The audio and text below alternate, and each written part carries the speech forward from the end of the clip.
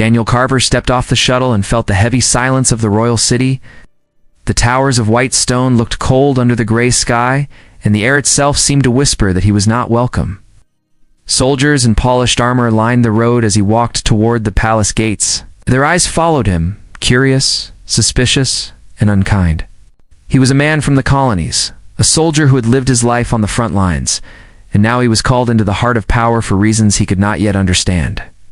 The palace rose above him like a mountain carved by human hands. Inside, the halls glowed with silver light, and every step echoed as if reminding him he was far from home. Courtiers in fine clothes moved like shadows, whispering behind fans, glancing at him as though he carried some secret they were hungry to learn. The summons had come suddenly, and the message was clear. The queen herself demanded his presence. Last he was led into the throne room. It was vast, with high windows that caught the weak sunlight and spread it across the marble floor. On the throne sat Queen Eleanor. Her presence filled the space more than the crown on her head or the robe on her shoulders. She was strong, her eyes sharp and searching, a woman who had ruled through storms of war and betrayal. Yet when she looked at Daniel, there was something else there, something like pain behind the strength. He bowed deeply, though his chest felt tight. He had fought battles that left scars across his body, but nothing prepared him for the weight of her gaze. The courtiers hushed as the queen leaned forward and spoke. Her voice carried through the chamber, steady but heavy with emotion. "Daniel Carver," she said, "you served this empire. You saved lives on the frontier. But today, I do not call you here as a soldier. I call you here as a man. Tell me, why does my grandchild call you father?" The word struck harder than any weapon Daniel had ever faced. For a moment, he could not breathe. Memories rushed at him like fire. He saw Amelia again, the queen's daughter, lying injured on the battlefield years ago. He saw the fear in her eyes, and how he carried her to safety when the sky burned with falling ships. He remembered the nights after, when they spoke softly in the dark, sharing truths no one else would hear. He had loved her in silence, and she had trusted him with more than her life. But Amelia was gone now, and only her child remained. Daniel lifted his head. The court watched him, hungry for his answer. Some looked at him with hatred, others with doubt, and a few with pity. His hands tightened at his sides. He wanted to shout the truth, to tell them that Amelia had been more than a princess to him. That in her final days, she had asked him to protect her child.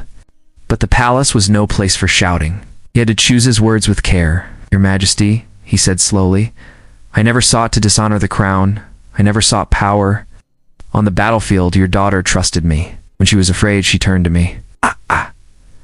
I cannot command what a child feels, but I know why the child calls me father. It is not because of titles, because I was there when no one else was." The queen's eyes narrowed, though her lips trembled. Around the chamber, lords shifted uneasily. Some whispered that he spoke like a traitor. Others murmured that he spoke like a man of truth. The silence stretched until it felt like the room itself might break.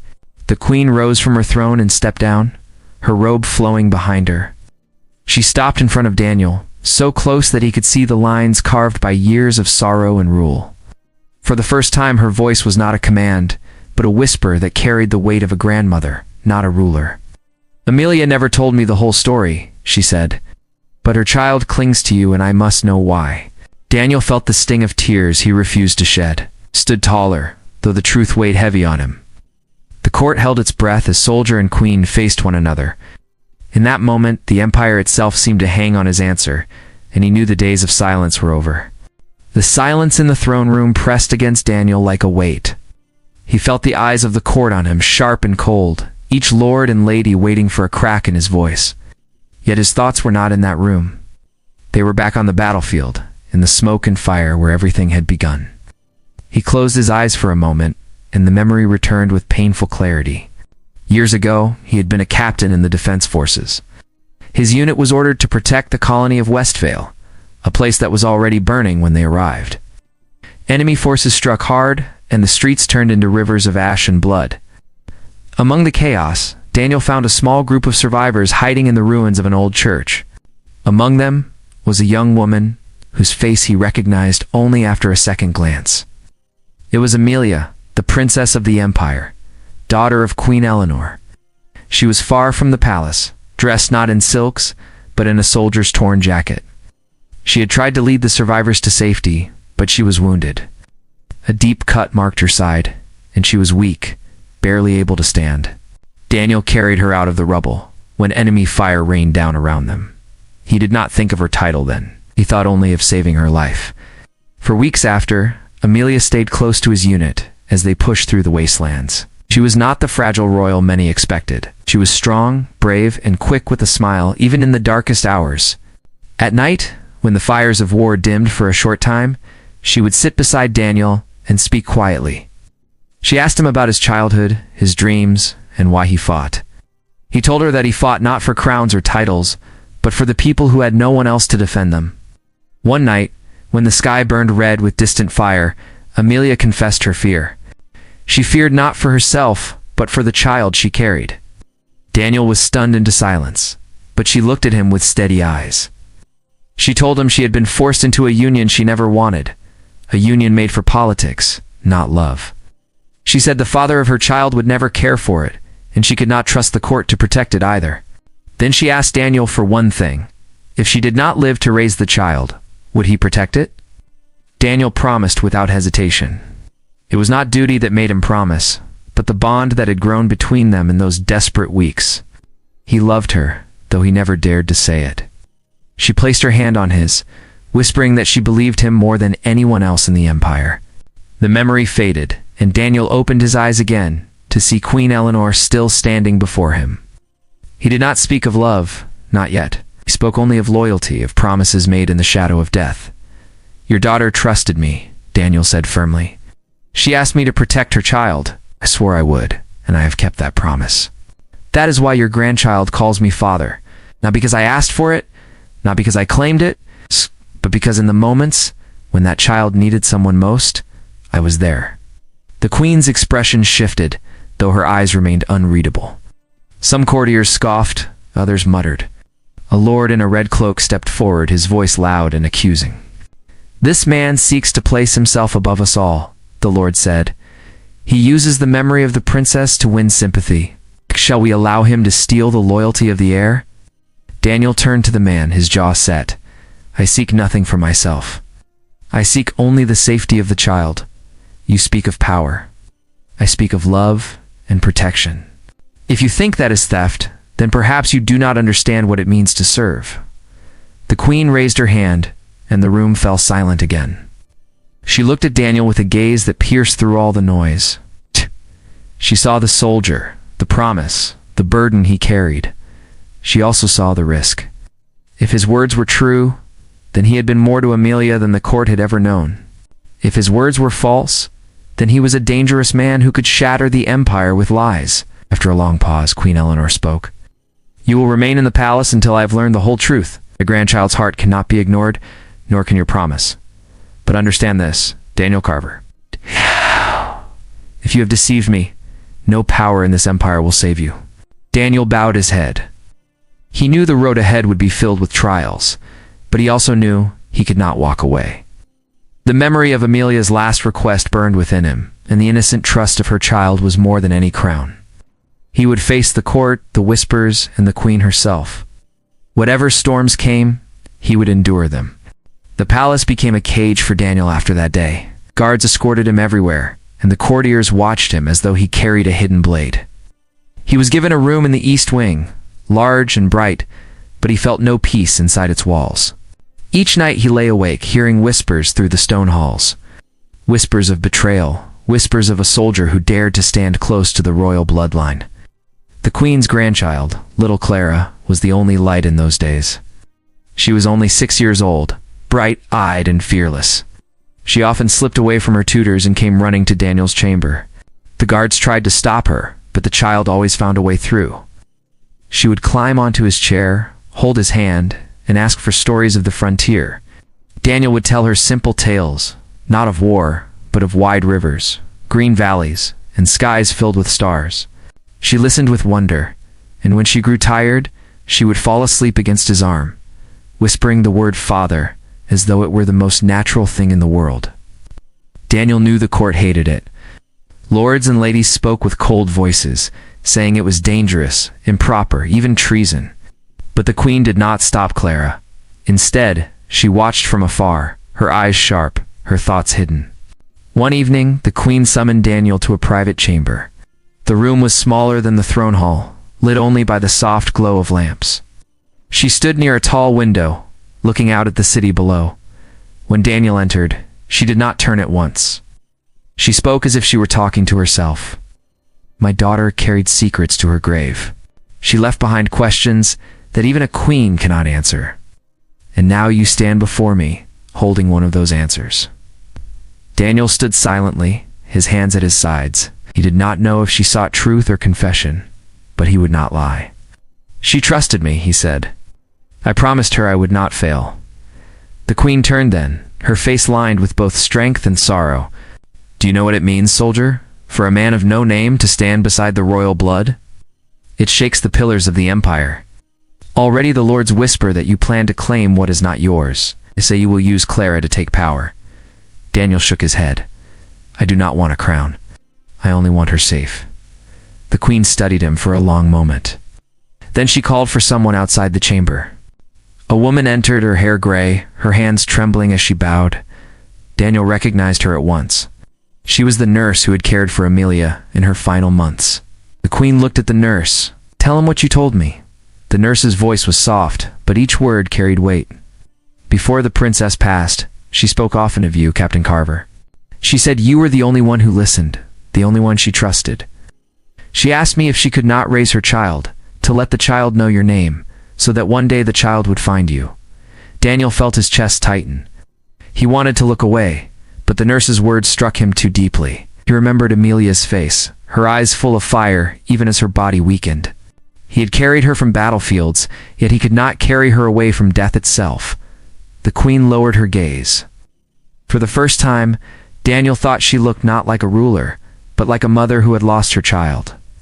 She loved you, the queen said quietly. I can see it now. Perhaps the child sees it too. But the court will not forgive. They will twist this bond into poison.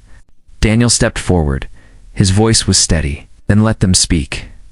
I will not leave her. If they call me a threat, I will bear it. I swore to Amelia that her child would never be alone. I will not break that vow. The queen's eyes glistened, though no tears fell. She turned back to the window, her voice softer now. We will see if your promise can withstand the weight of an empire. When Daniel left the chamber, he felt the storm gathering. The palace halls were alive with tension.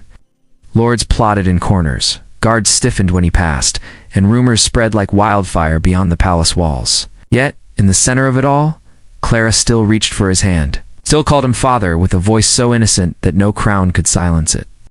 Daniel knew the days ahead would test him more than any battlefield. The war he had fought with steel was nothing compared to the war he now faced with hearts, words, and shadows. But he would endure, because his promise was stronger than fear, stronger even than the empire itself. The empire stirred with unease as whispers of Daniel spread beyond the palace walls. In markets and taverns, people spoke of the soldier who walked beside the queen's grandchild. Some called him a hero who had once saved the princess. Others called him a danger who sought to place himself above nobles and lords. The truth was hidden, and rumor grew in its place. Inside the palace, the tension grew sharper each day. Lords gathered in private chambers, their voices rising in anger. They feared what Daniel represented. A man of no title who had the heart of the air was a threat to every family that had fought for power for generations. They said the queen was blinded by grief that she allowed a stranger to step where only royals should stand. One night, a council was called in the grand chamber. The nobles filled the room, their cloaks heavy with jewels, their voices heavy with scorn. Daniel was brought in under guard, though he walked with steady steps, refusing to show fear. The queen sat on her throne, her face carved with calm, though her eyes betrayed the storm inside her. A lord in green robes stood and pointed at Daniel. This man has no right to the child. He's a soldier, not a king. He should be sent away before he poisons the bloodline with his lies. Another lord rose quickly. Yes, he hides behind stories of the princess, but he seeks more. Soon he will claim that the child belongs to him. Cannot allow a common man to rise above us. The voices of the nobles echoed in anger.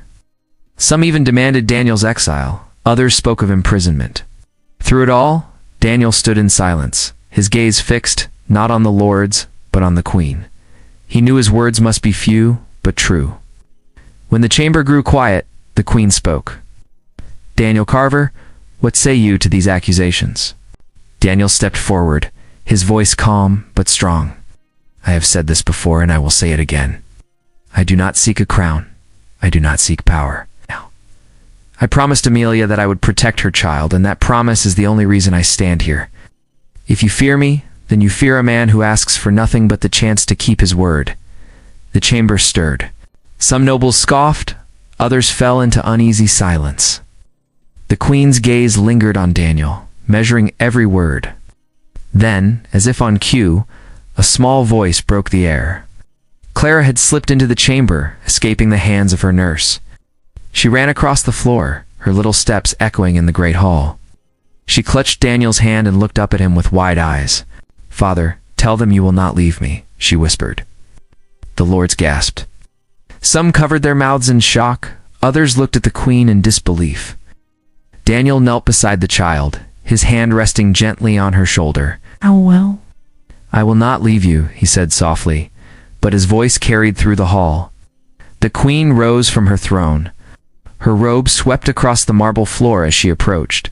She looked at Clara, then at Daniel, then at the faces of her nobles. Her voice was firm, cutting through their whispers. "You fear this man," she said, "but I see what you do not. He has no hunger for crowns, carries a promise, and he has carried it through fire and loss. My daughter trusted him. My grandchild loves him. I will not tear apart what my daughter built in her final days." The nobles shifted uneasily. Some bowed their heads, others clenched their jaws in anger. They could not openly defy the queen, but their resentment burned like hidden coals. Daniel bowed before her, not in weakness, but in respect. "Your Majesty, I will stand where you place me.